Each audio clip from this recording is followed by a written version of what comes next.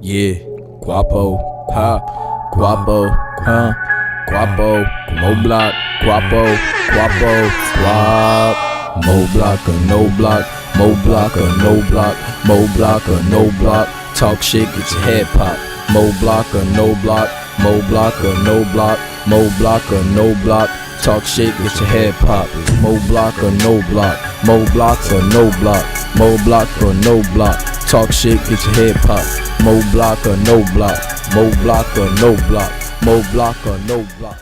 Hello everybody, it's your boy Liam here, and this is the final edition of the Power Ratings.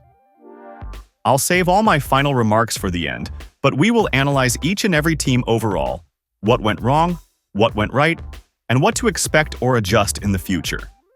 What shocked the hell out of me is how the playoff teams are pretty much established. Markel did not officially clinch, but considering how he is 100 points ahead of the next person, it's going to take a miracle to knock him out. The commissioner, reaching his 7th win last week, pretty much sent everyone to the guillotine, or in this case we should say the cheerleader watch. Now let's get into every team, top to bottom. Remaining at number 12, and our number 1 candidate to wear the cheerleader costume, we have Juan. I've talked about what I think went wrong with your team extensively already, but we'll sum it up again. I think you took too much risk in your draft, mainly drafting the cheetah in the 3rd round. And even worse, you drafted as a fanboy. My only rule is when you stack up multiple fantasy players from the same team with significant capital, that offense better be good, and in this case, that Ravens offense has been dreadful. Those two things alone killed your chances, but on top of that, the receivers that you selected as a whole were busts. Ridley got hurt and Metcalf is garbage. He doesn't gain separation at all, he is a shitty route runner, and surprisingly weak at the catch point. Then on top of that, the dude is soft as hell. Anybody can talk trash to him and get under his skin. Remember that video when he let some little teenager get under his skin and he tried to press him thinking he was some alpha male? That's a mentally weak move, in my opinion. Anyway, I think I've done enough to break down your team at this point. Going into next season, if I'm your general manager, I'd want to get a lot younger and more diverse. I don't want a team full of guys where their best season already happened. I want guys where their best season is yet to come. I think that'd make a huge difference in your results. Coming in at number 11, down 1 spot from last week, we have Roland. Looking back, I had you ranked as a bottom-end team to start the season, but your lineup surprised me throughout the first few weeks, and I thought you might actually be a dark horse team. Unfortunately, the neighbor's injury was killer, but you never went out and pounded the waivers and tried to bounce back. You sulked in your loss and got angry at the world. Going into every fantasy season, you just have to accept that at some point you're going to miss a key player for a significant amount of time. It's just the nature of the beast. During the season, a lot of teams are looking for big willy blockbuster trades which almost never get done and are time-wasting. The key, especially in the first half of your season, is to improve your bench because, come this time, those guys will eventually be starters for you. In your case, you didn't do that at all, and that's why your team got progressively worse. On top of that, the guys you did bring in were complete scrubs, but we won't go down that road. Also, I challenge you to get a little younger too, especially at the running back position. You typically want guys within their first 5 years of playing in the league who don't have tons of miles on them. That's why Kamara isn't doing anything for you right now. Coming in at number 10, up 1 spot from last week, we have Dashoni. Season on the line, everything at stake, and you don't bother to remove an injured Kincaid from your lineup. Absolutely unacceptable. For you or anybody else in the league to rely on an auto-sub feature to sub players out is complete laziness and a total lack of respect for a competitive winning league. I'd start passing out fines if I were the commissioner. That is the one mistake I will have zero tolerance for. Get a fucking Twitter account. Follow the top jokers who report the shit every day, and read the inactive reports when they come out 90 minutes before kickoff. It's not that hard. You've done this literally from week 1 to now, and I just don't understand. Obviously, you don't care about winning, that's pretty fucking apparent. So why should I care to show you ways on how to improve? You wouldn't care to listen anyway. Coming in at number 9, down 1 spot from last week, we have Mencho. Yeah, you had a couple tough breaks this season, but I gotta be honest. To have the roster that you have, and to only win 4 games, I think is a complete indictment of you as a manager. This might sound cocky, but even with the same draft, which had some misses. But if you gave me that team in week 1, I would have got them to 7 wins and a playoff berth. It's not a 4-win team, but you are a 4-win manager. A lot of people think fantasy is a set it and forget it type of game. Cheer your players on during Sunday, drink beer, blah, blah, blah. Fantasy is a 5 to 6 day per week around the horn type of game. The NFL is a strange lady. There's always something happening that is impacting your team, matchup, or a player that is available to pick up. I say all this because I think you're putting in 20 minutes a week, tops to your team, and the results reflect on Sunday. The commissioner told me your excuse for starting the Lions' defense is you forgot to change them? Are you kidding me?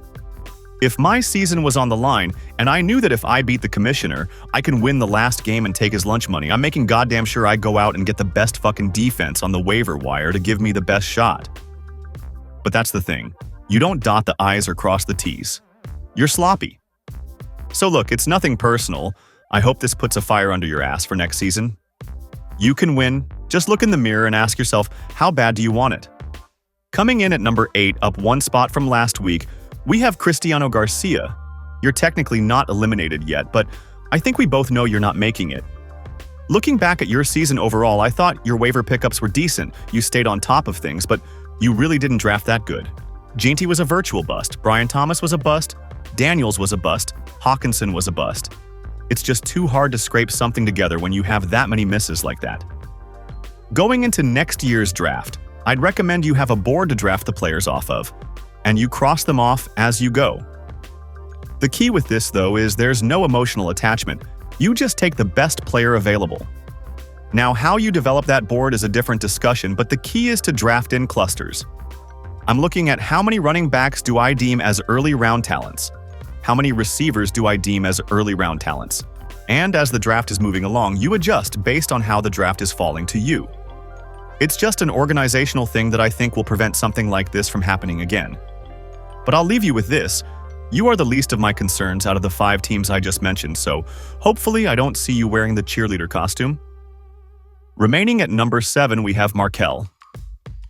You did a nice job bouncing back last week and establishing yourself as a playoff team, even though you acquired the great Bijan Robinson. I'm slightly worried about the back half of your roster, mainly your depth at the wide receiver position. You moved on from the inconsistent Trey Tucker in favor of starting Keyshawn Boutte. Boutte is one of the most improved players in the NFL this year, but he has his own inconsistencies. Now you're looking to play A.D. Mitchell, who even though is coming off his best career game, I wouldn't want to rely on in my lineup. Now another concern that's also getting swept under the rug is Herbert breaking his left hand. A lot of people in the media are dusting it off to be no big deal, but I think this will limit his scrambling as he is not going to want to jeopardize injuring it any further.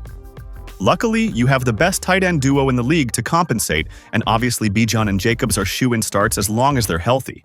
But with the quarterback and receiver position having some question marks, I'm just not sure if you're going to make it past round 1. Remaining at number 6, we have Emmett aka Showtime. Unlike Mencho, you buckled down and did what you had to do with your season on the line and eked out the win. Now, come playoff time, there isn't going to be any more scraping by bad teams. You're going to have to show out and put up 130 points and win the damn game because you dictated the result, not because your opponent didn't set the right defense and had a bad week. However, when I'm looking at your roster, I see some optimism. Brenton Strange has been a great addition for you as he's been a top 10 tight end since he has returned, so you have the ability to move off of Gadsden. Reinforcements are also on the way, as Omarion Hampton and Jaden Reed are expected to return to action this week. Hampton looked like he was going to be a top 5 running back before his injury, and Reed is arguably the best receiver on the Packers' carousel of receivers. Garrett Wilson is also set to return in a week, and even though he's stuck on the Jets, with Tyrod Taylor now the quarterback, he's at least viable. So with this kind of depth, it allows you to basically start whoever has a positive matchup. Even though you're lacking some big names, I'd rather have all my players playing against poor defenses in the playoffs than having big-name players playing against good defenses where they are being circled by the opponent as players to slow down. I'd be interested to see if you can make any noise or if you're a fraud and get sent packing quick. Remaining at number 5, we have Zay. Man, oh man, did you catch a huge break last week with the clumsiness of Dashoni, on top of Sun God getting injured? You were still more than likely to go to the playoff anyway, but that 5th seed is the best spot to be outside of that 1 seed. We'll break down their teams more extensively next, but Jamar and Vontae both have some slight concerns. The loser of their match this week will drop down to that 4 seed, and as long as you win this week, that will be a prime opportunity for you in round 1. As far as your team goes, I have my concerns about the receiver position still, but I think even bigger than that is, you don't have a quarterback. Baker hasn't been the same player in the second half of the season as he was in the first half, and that shoulder injury is lingering, and Caleb just isn't a reliable player, in my opinion. Only if he's playing a bad defense. The trade market has closed, so aside from hoping and praying, you can take a flyer on waivers come playoff week. But that is a risky move. I think you're going to just have to hope your workhorse running backs explode for monster games, and your receivers continue to complement them with what they did last week. Remaining at number 4, we have Vontae. We'll get to how Raquan threw this game away in a bit, but I will give you a slight tip of the cap for burying him last week. I know you probably just drew my opinion up to be one big hater at this point, but I'm not feeling that great about your team entering the postseason. Josh Allen and Barkley have both been very mid the last few weeks, and these are your big name guys you count on to carry the load. The whole Ayuk thing was a complete waste, as I called out in week 1, and even though Mike Evans is back at practice, are we really expecting anything from him at this point?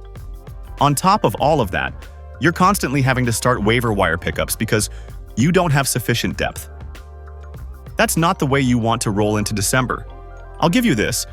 You definitely worked harder than everyone in the league when it came to adding and subtracting players from your bench, but I don't think your FAB was allocated properly and you didn't really get any key contributors. I guess Watson is okay, but I wouldn't ever consider him as someone who is reliable. So I'll wish you luck, but if you make it to the Final 4, I'll be shocked. Remaining at number 3, we have Jamar. You bounced back nice against your boy Roland last week, but we both know that doesn't mean shit. It's playoff time. And I'm dying to know whether or not you're going to be that hot team you were in October, or are you going to be this up-and-down team you've become recently? When looking at your roster, the most glaring problem that pops out is you don't have any horses at running back. Rico has become a nice player for you and arguably the best waiver pickup of the year, but last week he was outproduced by Hubbard for the first time since you picked him up. Monangai had an outstanding game versus Filthy, but I'm not sure we can expect him to deliver consistent high output if he is in a split with Swift. Those Cardinals backups aren't worth shit, and Vidal is now a backup with Hampton returning. I guess you start whoever has the best matchup and hope for the best, but that's not fitting for a top-seeded playoff team. You have a solid receiver and tight end core? Pause. But Odunze has had nagging injuries that have slowed down his production in the second half. Hurts is a trash-ass quarterback too, but that gay-ass play will save you fantasy-wise. Coming in at number 2, down 1 spot from last week, we have Raquan. What do you know, you did all of the bullshit that I said you were going to do in last week's video, and now you won't get the first round bye. In that case, you lost 2 games considering how the first round bye is a free win. You have a team that is more than capable of winning a championship. I just don't believe you have a championship mentality as a manager. You let up in bad spots and that simply can't happen, come playoff time. You had a great draft, you made some solid waiver wire pickups, and you made an excellent trade with Cristiano acquiring Drake May, who looks like he might win the MVP. But running your mouth the night before a big game and then going out and laying an egg is a terrible look for you. Stop acting like a goofball for once and act like a champion. I believe your team will follow your mentality when you change that. And coming in at number 1 up 1 spot from last week, we have this ugly motherfucker Pape. It was never personal, Pape. You know who's really the clown here paying me extra to say dumb shit like that? Outstanding week last week, establishing yourself as the top dog. Once you plow through Mencho's squad, you'll have your feet up, eating a chopped cheese next week on bye. Your team definitely has what it takes to be the very best, but I don't think that trade with Markelle really helped you. It's still a little early to tell, but Jefferson is totally non-viable with the quarterback situation in Minnesota, and Diggs isn't going to be prioritized in game scripts where the Patriots are ahead. The fact that he only played half of the snaps is a little concerning too. The Pats play Baltimore and the Jets in the fantasy playoffs, and those teams are struggling, so we'll see what happens, but that's not looking good.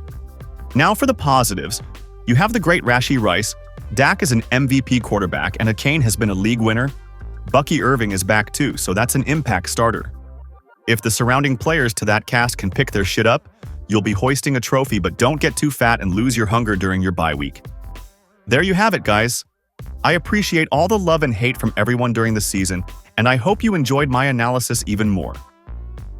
Ultimately, Raquan is my pick to win the championship, but since he has his head in his ass, sometimes I'll put Pap right there. A confession I have to make is that's not actually me in the picture on the screen. It's Liam from One Direction. Mencho was the only one to crack the code on that due to his girlfriends identifying it. But here's me actually. The commissioner refrains from giving my information out in order to eliminate bias in these rankings, so he'll be the middleman for our communication. I'll be negotiating my contract with him in the off-season for next season, but I'm not gonna lie, between the base salary and the bonuses he's offered me to say all that dumb shit, this was a pretty good side gig. Lastly, I'll be throwing in $20 to the winner of the toilet bowl, so for you guys in the losers bracket, if you want to risk losing out to the toilet bowl to try and scoop that up, be my guest. But you know the punishment if you lose that game, so don't be that guy. See you all next year.